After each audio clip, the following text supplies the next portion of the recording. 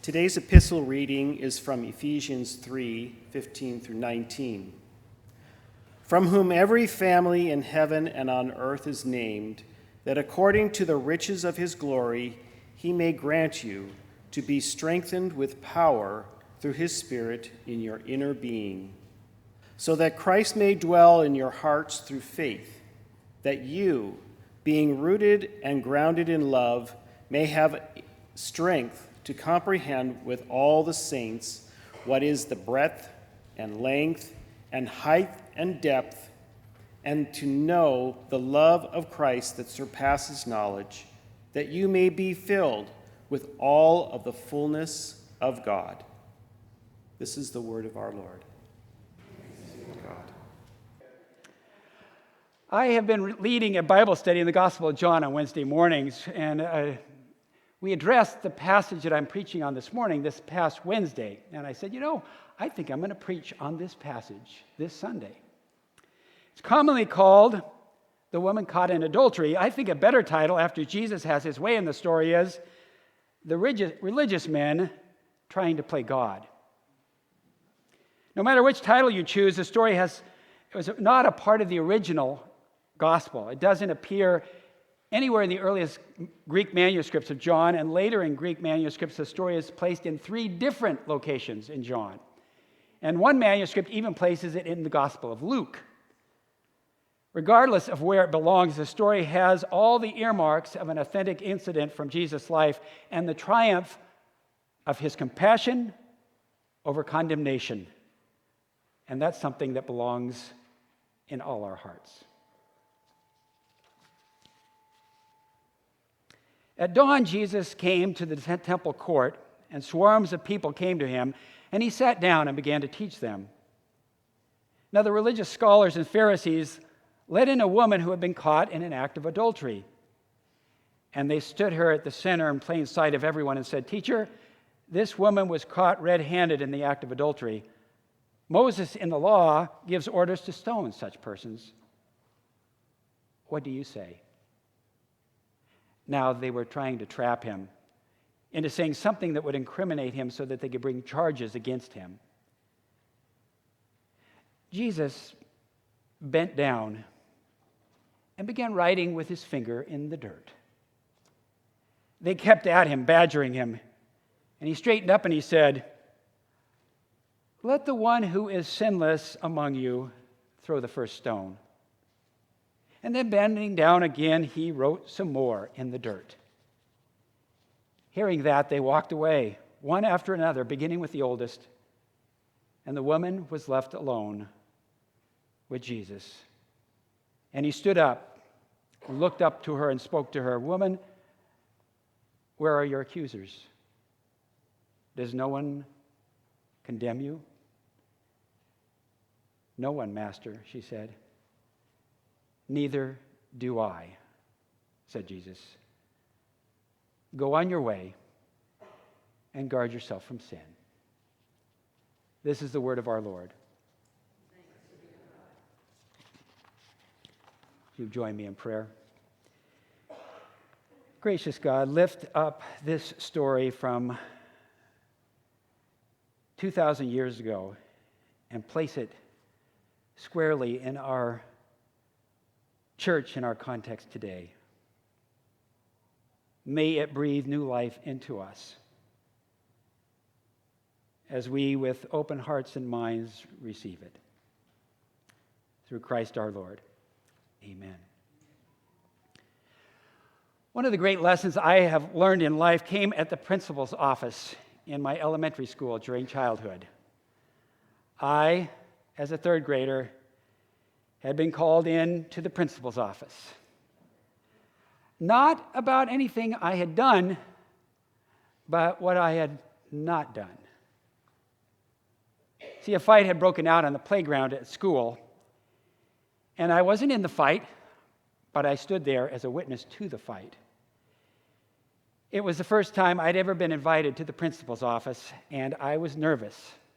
It wasn't somebody I didn't think maybe as gracious as Heather Miller would have been, but still a gracious person nonetheless. His name was Mr. Hahn, and Mr. Hahn sat me down and he asked me about what my understanding of what had happened. And then he told me something I'd never forgotten. He said, "Charlie, you were not part of this fight, but that doesn't mean you had no responsibility. I know you well enough to know that you could have stepped in and done something. You could have stopped the teasing, could have stopped the pushing, and you might have prevented that fight from happening. I know you." And he was right. I had done nothing but stand idly by. I left the principal's office that day with a lump implanted in my throat and a lesson implanted in my heart. When an injury has been inflicted and harm is being done, someone needs to stand up and speak out to have the courage to intervene and help put an end to the wrong. This past Friday, after the memorial service in Yakima for my nephew, I was talking to a relative who teaches science at the middle school at Bonnie Lake. And when she started teaching a few years ago, she had a really, really tough class of students and did for several years and was thinking this was what teaching was going to be for the rest of her career, and she was just starting. So I was pleasantly surprised when I asked her how her new class was going and how her teaching year was going after all those rough years. And she had this glowing praise for her students, telling me that she'd never had a better group of middle school students. I asked her what she attributed the turnaround to in terms of their behavior from the previous years, and she said that before it was the popular students who would behave badly, and other students would just simply let them and be quiet because they didn't want to ruffle any feathers or be the risk of the object of their peers' belittlement. But in this year's class, she said, the good students won't let those other students get by with anything, whether they're popular or not. They'll call them out. The other day, she said, as an example, one of my students was turned around in class and was told another student who was jabbering away, "Listen, Mrs. Lewis is speaking, and you need to pay attention." What's the difference? She said the good students are holding the other students accountable. And that creates, she said, an entire culture of respect in the classroom. When something is wrong, what a difference it makes when someone stands up and speaks out as a counter voice. It can change the tenor of the entire school class.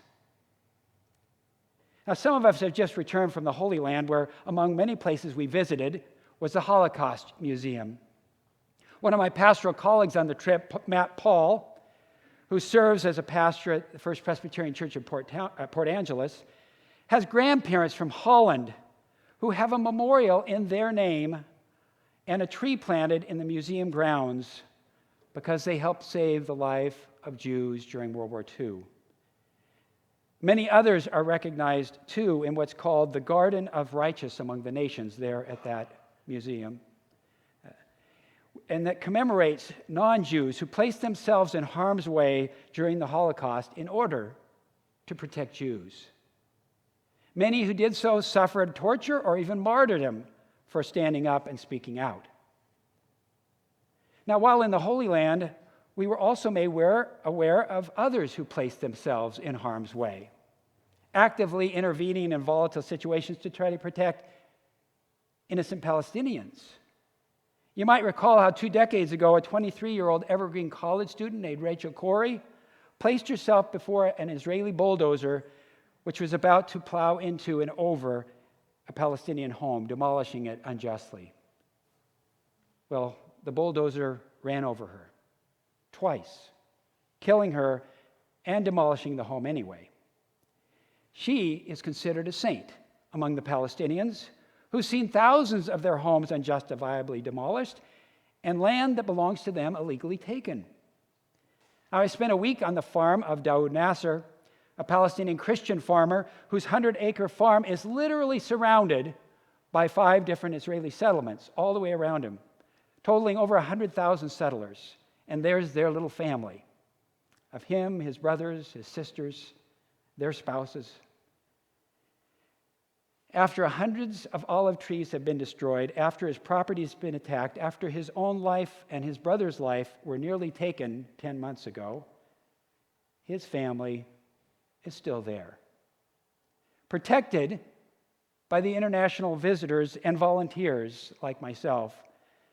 Thousands of international visitors who come every year to hear their story and be present on the land.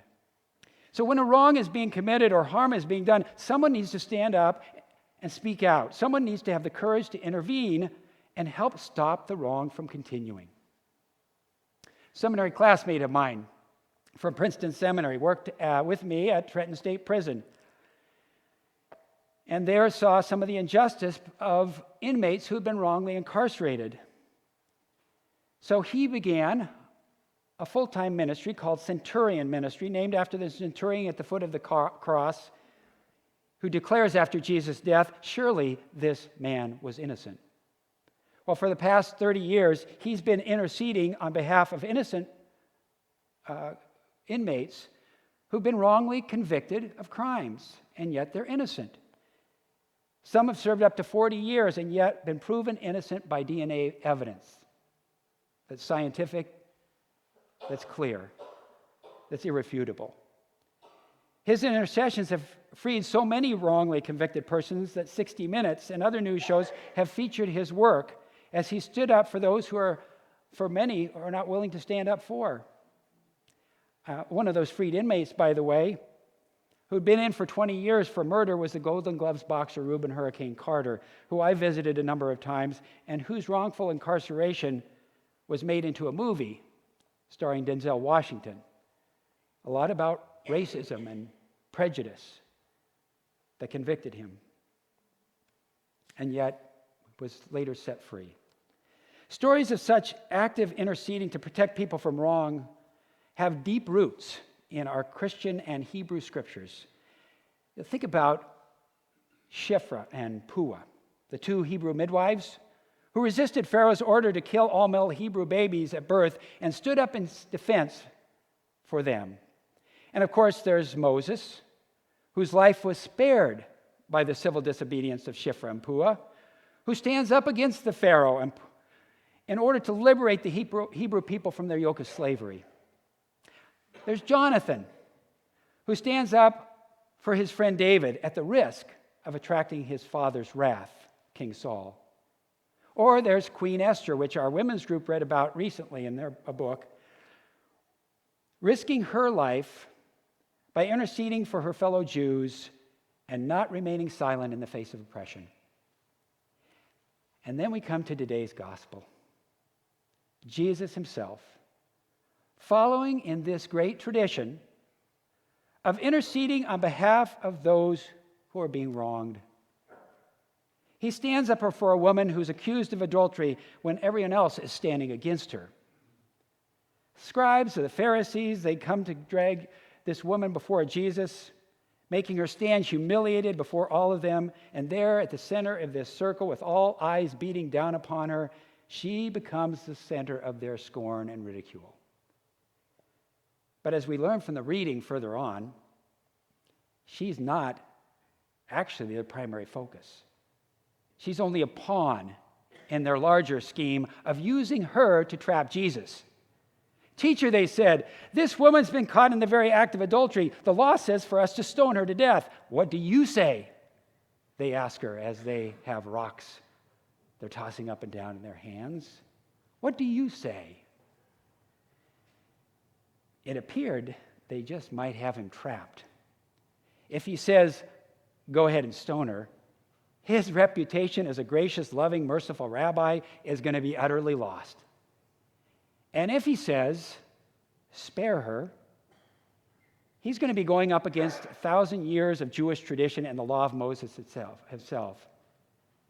So they thought they had him in their hand. Gotcha. Neither answer was going to suffice.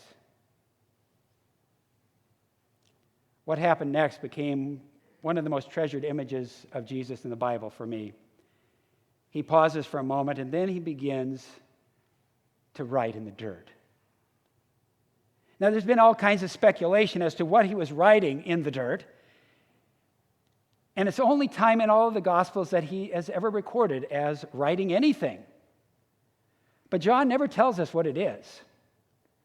I suspect that what he is writing is not as important as the fact that he's in the act of writing and what that does in deflecting their searing gaze away from this exposed, terrified woman to take some of the heat off of her from this sexist mob.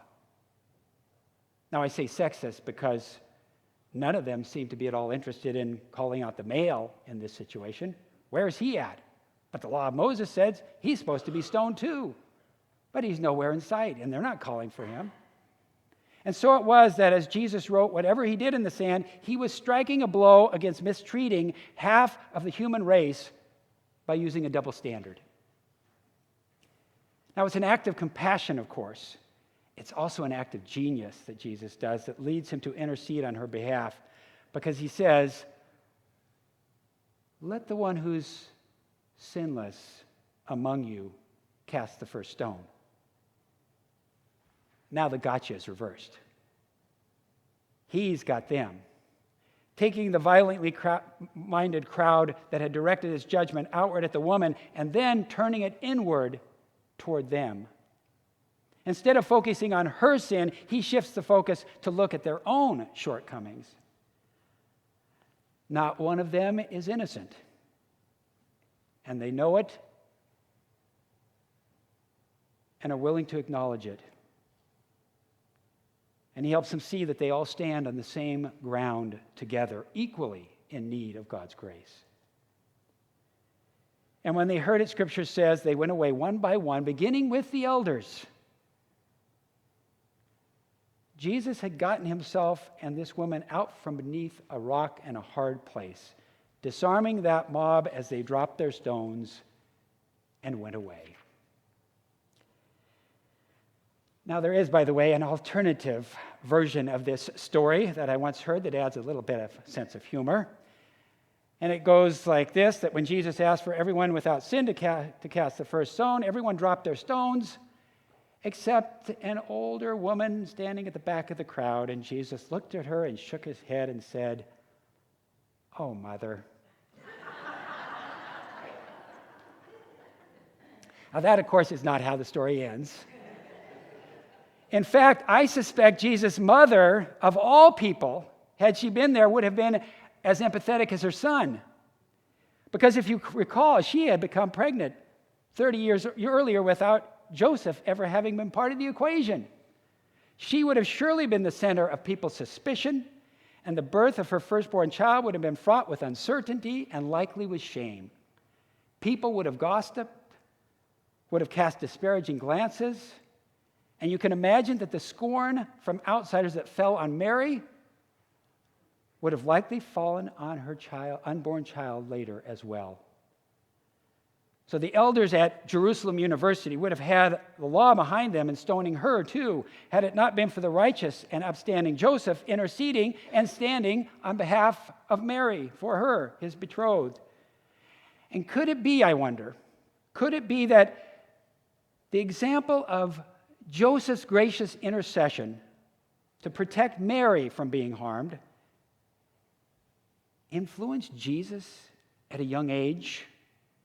That the God of his father Joseph put relationships above rules, put people above propriety, put compassion above condemnation? I wonder, did Jesus learn some fundamental lesson of faith from his earthly father?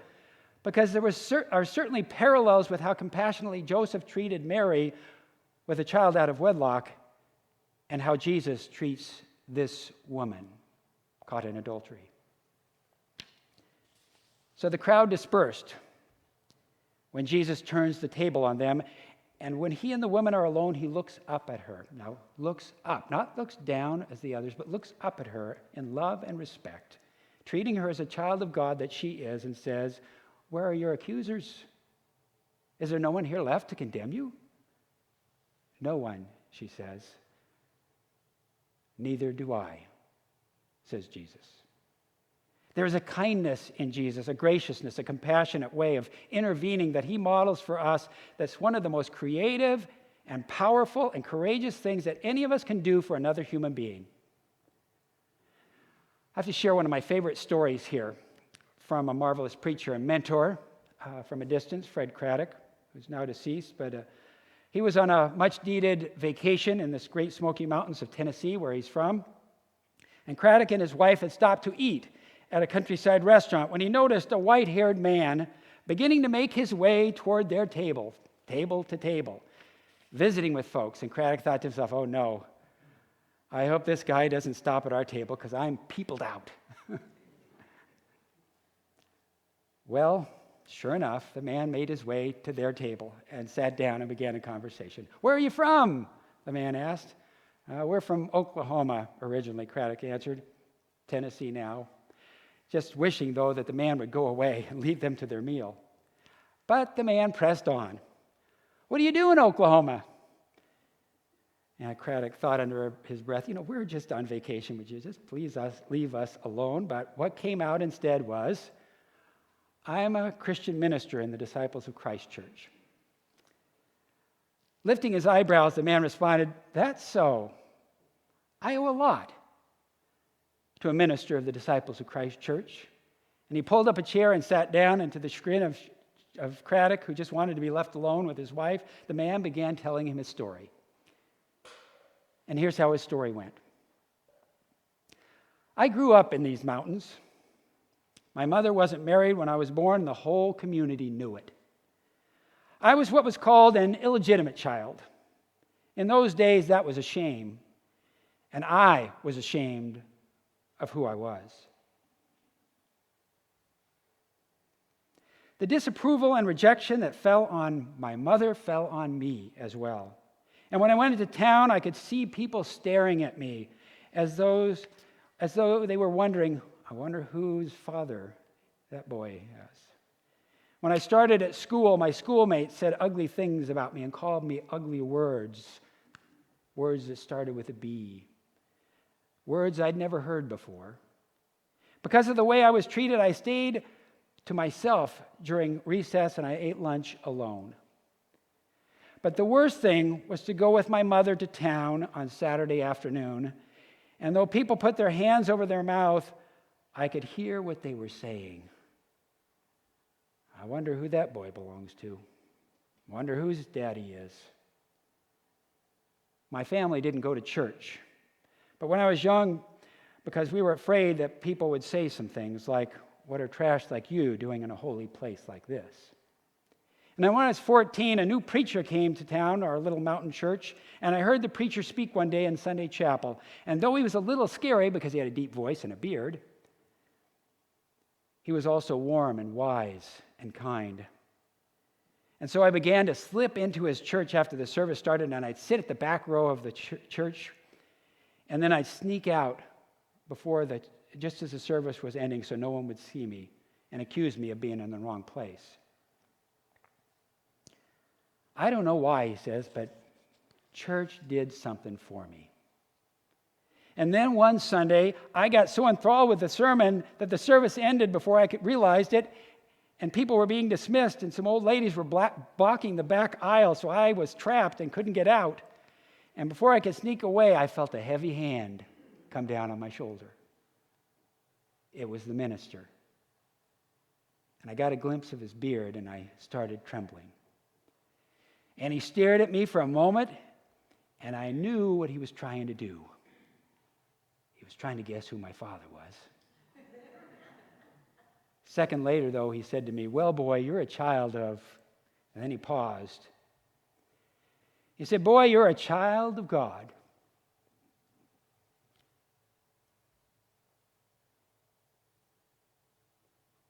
He said, I can see the striking resemblance. Then he patted me on the bottom, said, now go claim your inheritance. And I left the building a different person that day. In fact, it was really the beginning of my life. Now, by this time, Craddock was as moved by the story as I continue to be moved by the story. And he was glad that the man had come to share it, even if it meant interrupting his meal and vacation. And Craddock asked, what did you say your name was? And the man said, my name's Ben Hooper. And at that point, Craddock recalled how his own father had told him as a child that on 2 occasions the people of Tennessee had elected as their governor a man who had been born out of wedlock, a man who had helped make public education mandatory for all children in Tennessee, and a man who worked to increase the pay of women in the early 1900s, a man by the name of Ben Hooper. It's a heartwarming story of a Christian minister, of all people, who stood up for a young person that everyone else was standing against. One person who interceded on behalf of another at a critical time in their life. And the course of his life and all lives that he would impact were changed for good. When a wrong is being committed or harm is being done, someone needs to stand up and speak out, having the courage to intervene and help stop the wrong from continuing. So, my question today for us: who is it that God may be calling us to stand with and for? Who might be God calling us to speak up for? Our session has been working feverishly overtime the past few weeks, with the result that they've written a statement that says we want to be a church that stands up for those who are being harmed, those who are being wronged, those who are being excluded. They're standing in the tradition of Shiphrah and Puah, of Moses and Jonathan, of Jesus himself, standing for those who are being judged and marginalized and ridiculed and condemned and left out of the picture. I think it's a beautiful statement of inclusion that spells out what our core values have been in this church for the last several years that we've stated, and what how our vision statement reads, that we stand up for and include those who are demeaned or excluded or left out. It's a statement of standing with another in compassion, rather than over another in condemnation.